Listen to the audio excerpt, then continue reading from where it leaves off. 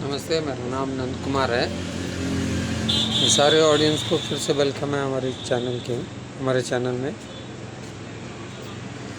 आज एक न्यूज़ आई, सुनने का आई कि अब युद्ध का आगाज़ हो चुका है।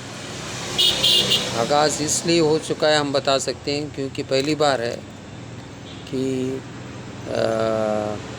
कल अप्रैल 7 को मॉक ड्रिल्स कैरी ओवर की जाएंगी।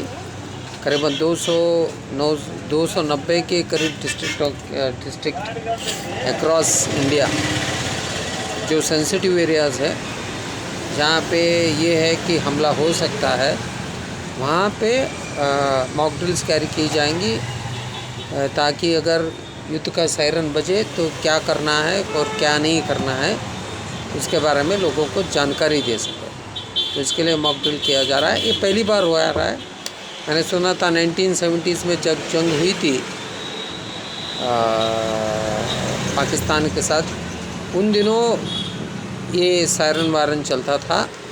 ऐसे मैंने एक बंदे से सुना था, जब मैं ट्रैवल कर रहा था रेलवे में, तो एक बंदा था जो गया सी 1970s वार, तो उससे मुंह से सुना था।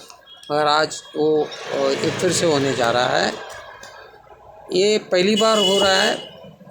ये 2 बार पाकिस्तान के ऊपर हिंदुस्तान गवर्नमेंट अटैक कर चुकी है, मगर कभी भी इस तरह की नौबत नहीं आई जहाँ पे एक जनरल अनाउंसमेंट करना पड़े गवर्नमेंट को कि हमें अक्रॉस द डिस्ट्रिक्ट्स ये मैन्यूवरिंग करनी होगी। तो ये पहली बार हो रहा है। तो इसका मतलब ये प्राइमरी रिक्वायरमेंट है, ये एक प्राइमरी कंसर्न है जहाँ पे लोगों को अवेयर किया जाएगा कि, और इसका मतलब ये है कि हम अभी रेडी हैं, हम रेडी पोजीशन में हैं हम, और हमला किसी भी वक्त हो सकता है। या तो वो कर सकते हैं या हम उन पर कर सकते हैं। इस बार ऑप्शन ये है कि हम उनके ऊपर करेंगे। इसके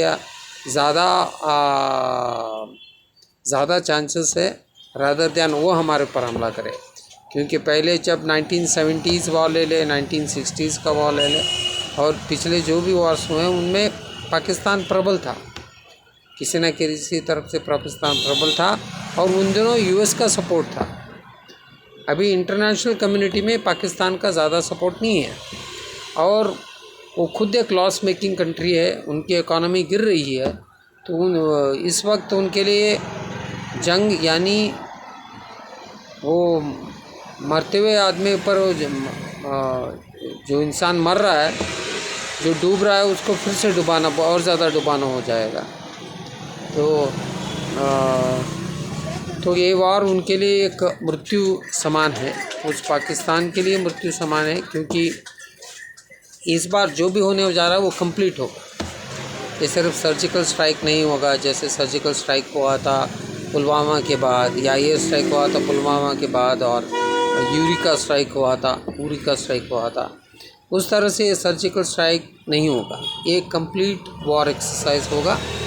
और यहाँ पे तीनों सेनाएं इन्वॉल्व होंगी, तीनों सेनाएं, वायुसेना, थल सेना और नौका सेना, तीनों ही इन्वॉल्व होंगी। और तीनों तरफ से, मेरे ख्याल से तीनों तरफ से अटैक किया जाएगा। तीनों को इस्तेमाल करके अटैक किया जाएगा, और अटैक साइमल्टेनियस होगा। तो ये कैसे होगा, ये देखने की बात है। मगर कुछ बातें हैं जो हमें समझनी चाहिए। कुछ इंटरनेशनल कम्युनिटीज़, अगर हम सपोर्ट बेस की बात करें, तो पाकिस्तान की तरफ फ़िलहाल में 2 कंट्रीज़ दिख रही हैं जो उनको ओपनली सपोर्ट कर रही हैं। 2 कंट्रीज़ दिख रही हैं जो उनको ओपनली सपोर्ट कर रही हैं। वो है टर्की, और प्रोबेबली ईरान सपोर्ट करेगी। टर्की पहले से ही सपोर्ट कर रही है, रादर ओपनली ऑन कश्मीर, और कश्मीर इशू के ऊपर बहुत ज़्यादा ओपनली वो सपोर्ट करती है। और एक तरह से एक फैनाटिक इस्लामिक कंट्री है, वो उनके लिए रिलीजन बड़ा है ज़्यादा than any other relationship. Covid के टाइम ने पहले हमने उनको हेल्प किया था, मगर जब बात इस्लाम की आती है तो वो लोग रिलीजन के और ज़्यादा तवज्जो देते हैं रादर दैन इंसानियत के। तो टर्की तो ओपनली हेल्प में आ गया है। पहले उन्होंने हाइड किया था, नहीं हम कुछ हेल्प नहीं कर रहे हैं, हम कुछ नहीं भेज रहे हैं, मगर आज उनकी नेवल पोर्ट आके खड़ी है, उनकी शिप आके, नेवल शिप आके खड़ी है वहाँ पे। तो ये बताता है कि they are in open support of Pakistan, और पाकिस्तान की तरफ से उनकी मिलिट्री भी शामिल हो सकती है, उनकी नेवी शामिल हो सकती है। और दूसरा जो कंट्री तो प्रोबेबली सपोर्ट कर सकता है वो है ईरान। और दूसरे कंट्रीज़ को देखा जाए, या बोलिए यूएस बोलिए या यूएन नेशंस बोलिए, यूनाइटेड नेशंस बोलिए, ये सब लोग मेरे ख्याल से न्यूट्रल रहेंगे, स्पेशली यूनाइटेड नेशंस, क्योंकि यूनाइटेड नेशंस चाहता था कि जब रशिया यूक्रेन वार हुआ तो ये चाहता था कि हम रशिया से ऑयल ना खरीदें, हम उनको सपोर्ट करें, मगर हमने सपोर्ट नहीं किया। हमने रशिया का सपोर्ट दिया, इनडायरेक्टली सपोर्ट किया, हमने ओपनली सपोर्ट नहीं किया, बट हमने अपना फ़ायदा ज़्यादा देखा और हम डिप्लोमेटिक रहे उसमें। तो इसी तरह से यूएन भी अब हमारी भाषा ही हमारी भाषा में ही हमको बताना चाहती है, तो वो भी एक डिप्लोमेसी की तरफ से वो न्यूट्रल रहने की कोशिश करेंगे, वो इसमें इन्वॉल्व नहीं होंगे। हालांकि टर्की एक यूएन नेशंस के अंडर आता है, यूनाइटेड नेशंस के कंट्रीज़ में से एक कंट्री है टर्की भी, ठीक है। और दूसरी बात अगर हम भारत की तरफ से करें तो यूएस हमारे सपोर्ट में है, रशिया हमारे में सपोर्ट में है, जो गल्फ़ कंट्रीज़ है उसमें काफ़ी सारे न्यूट्रल रहेंगे, वो हमारे ओपनली सपोर्ट नहीं करेंगे, but they will remain neutral on the issue of Pakistan and on the issue of terrorism. तो दूसरा और जो ओपनली सपोर्ट अभी हमें कर रहे हैं वो है इज़राइल हमें ओपनली सपोर्ट करेंगे, वो मिलिट्रीली भी सपोर्ट करेंगे, वो ऑलरेडी कर रहे हैं। रशिया भी हमें मिलिट्रीली सपोर्ट करेगी, यूएस भी बैकअप करेगी इस बार, क्योंकि यूएस भी फेडअप हो चुकी है इस इस्लामिक टेररिज्म, इस्लामिक फनाटिज़म से। और काफ़ी सारे कंट्रीज़ हैं जो न्यूट्रल रहेंगे, कुछ इनडायरेक्टली सपोर्ट करेंगे। तो अगर सपोर्ट बेस इंटरनेशनली देखा जाए तो हिंदुस्तान का बहुत ज़्यादा है पाकिस्तान कंपैरिजन में। तो और इस बार का युद्ध निर्णायक होगा। निर्णायक इसलिए होगा कि ना सिर्फ जो पहलगाम में हुआ वो ना सिर्फ हिंदू रिलीजन के ऊपर अटैक था, ना सिर्फ हिंदू रिलीजन के ऊपर, एक सनातन धर्म के ऊपर, एक डायरेक्ट ईगो के ऊपर अटैक था कि देखो हिंदू हम तुम्हें ऐसे मारेंगे। इससे सनातन धर्म की ईगो हर्ट हो गई, ना सिर्फ सनातन धर्म की ईगो हर्ट हो गई, जिस तरह से आतंकवादियों ने उन औरतों को जिंदा छोड़ते हुए कहा कि तुम मोदी को जाके पूछो और मोदी को जाके बोलो, तो it indirectly hurt prime minister also. उनको एक डायरेक्ट चैलेंज था मोदी को कि तू क्या कर सकता है हमें, तू यूरी स्ट्राइक कर गया, तू पुलवामा का स्ट्राइक कर गया, तू इससे ज़्यादा क्या कर सकता है। So that was a challenge to Modi also, and due to which इस बार जो युद्ध होगा वो एक निर्णायक युद्ध होगा, और या पाकिस्तान रहेगा या पाकिस्तान मिटेगा। हिंदुस्तान तो रहेगा ही रहेगा, मगर जो क्वेश्चन आ रहा है वो पाकिस्तान का आएगा, या तो वो रहेगा या तो वो मिटेगा।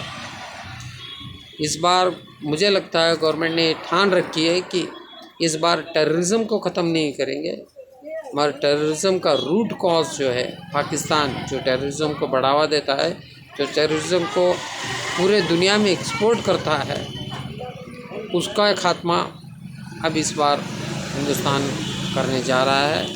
ये युद्ध कितने दिन लेगा, कितने दिन नहीं लेगा, ये बात की बात है, क्योंकि देखिए हमने रशिया यूक्रेन वॉर देखा है, सब लोगों ने कहा 5-6 दिन में यूक्रेन ख़त्म हो जाएगा, युद्ध ख़त्म हो जाएगा, मगर आज 1.5 साल से ऊपर हो गया, युद्ध आज भी चालू है। मगर उनकी पोजीशन अलग है, क्योंकि उनके पीछे पूरे यूनाइटेड नेशंस के कंट्रीज़ खड़े हैं, जैसे फ्रांस है, इंग्लैंड है, जर्मनी, काफ़ी सारे कंट्रीज़ यूक्रेन के पीछे खड़े हैं। मगर यहाँ पे पाकिस्तान के पीछे 2-3 कंट्रीज़ के सिवा कोई और खड़ा नहीं है। मगर वक्त कैसे आएगा आगे चल के कोई बता नहीं सकता। हो सकता है आगे सारे गल्फ़ कंट्रीज़ एक मिल के आ जाए कि हम इस्लामिक ये हिंदुस्तान के अगेंस्ट आ जाए। हो सकता है कुछ ऐसी घटनाएं हो जाएं जिसको मैनिपुलेट करके और प्रोपेगेंडा फैला के सारे गल्फ़ कंट्रीज़ का सपोर्ट हासिल करने में पाकिस्तान कामयाब हो जाए, ऐसे भी हो सकता है। और कहीं ना कहीं डीप स्टेट भी काम कर रहा है। डीप स्टेट भी चाहता था कि चाइना के विरोध में हम वार करें। हमने उसको तवज्जो नहीं दी, हमने उनकी बात नहीं सुनी। तो ये जब ये और चाइना भी एक तरह से, जिस तरह से हमारे एक्स आर्मी चीफ ने बताया था, विपिन रावत जी ने जैसे बताया था कि हिंदुस्तान प्रोबेबली 2.5 फ्रंट वॉर खेलेगा। इसमें 2 फ्रंट हैं, एक पाकिस्तान है, एक चाइना है। चाइना भी ताक में बैठा हुआ है, पाकिस्तान के साथ ओपनली नहीं आ रहा है, मगर बैकअप ज़रूर दे रहा है। पीछे से उनको सपोर्ट ज़रूर दे रहा है वो, और मिलिट्री सपोर्ट भी दे रहा है। मिलिट्री इक्विपमेंट्स, मिलिट्री हथियार वो भी सप्लाई कर रहा है उनको, वो सपोर्ट दे रहा है। और चाइना कहीं ना कहीं इस ताक में है कि अगर नॉर्थ ईस्ट में कुछ भी कमज़ोरी हो जाए मिलिट्री की तरफ से, तो उसका फ़ायदा उठाया जाए, और वो फ़ायदा उठाने की ज़रूर कोशिश करेगा और हमला ज़रूर करेगा। ये आप लिख के रख लीजिए। जैसे ही हमें ये फ्रंट वॉर स्टार्ट होगा, इस तरह पाकिस्तान का वॉर स्टार्ट हो, तो चाइना ताक में बैठेगा कि ये जैसे एस्केलेट होगा, चाइना इस ताक में बैठेगा कि यहाँ पे जो प्लेसमेंट है आर्मी की नॉर्थ ईस्ट की तरफ, जैसे कम होने लगे तो ज़रूर हमला करेगा। 2 फ्रंट वॉर ये तो हो गया, एक पाकिस्तान के साथ, एक चाइना के साथ। दूसरा जो हाफ फ्रंट के बारे में विपिन रावत जी बात कर रहे थे, वो इंटरनल लोगों के बारे में बात कर रहे थे। जो लोग जो रहते हैं हिंदुस्तान में, खाते हिंदुस्तान का है, मगर पूजा करते हैं पाकिस्तान का, बोलबाला करते हैं पाकिस्तान का। और कुछ लोग पाकिस्तान का नहीं करते, उनको सिर्फ ये है कि मोदी का विरोध करना है। उसके लिए भले देशद्रोह का काम भी कर ले, उसके लिए वो रेडी है। कई सारे ऐसे पॉलिटिकल पार्टीज़ के नेता हैं जो उसके लिए रेडी हैं। सिर्फ उनको मोदी से विरोध करना है, यही उनका ऑब्जेक्टिव है। देश जाए भाड़ में। तो इस तरह से भी कुछ लोग हैं जो इंटरनल सिक्योरिटी के लिए बहुत बड़ा रिस्क होगा। कई सारे कम्युनल वायलेंस की घटनाएं होंगी। वक्फ बोर्ड जो वक्फ का कानून था, उसके होने के बाद ही एक तरह से एक टाइम टेबल चली थी कि कहीं ना कहीं हिंदुस्तान भर में कम्युनल वायलेंस फैला जाए। पर इससे पहले कि वक्फ बोर्ड का वो जो कानूनी लड़ाई चल रहा था वो स्पीड पकड़े, उससे पहले ही ये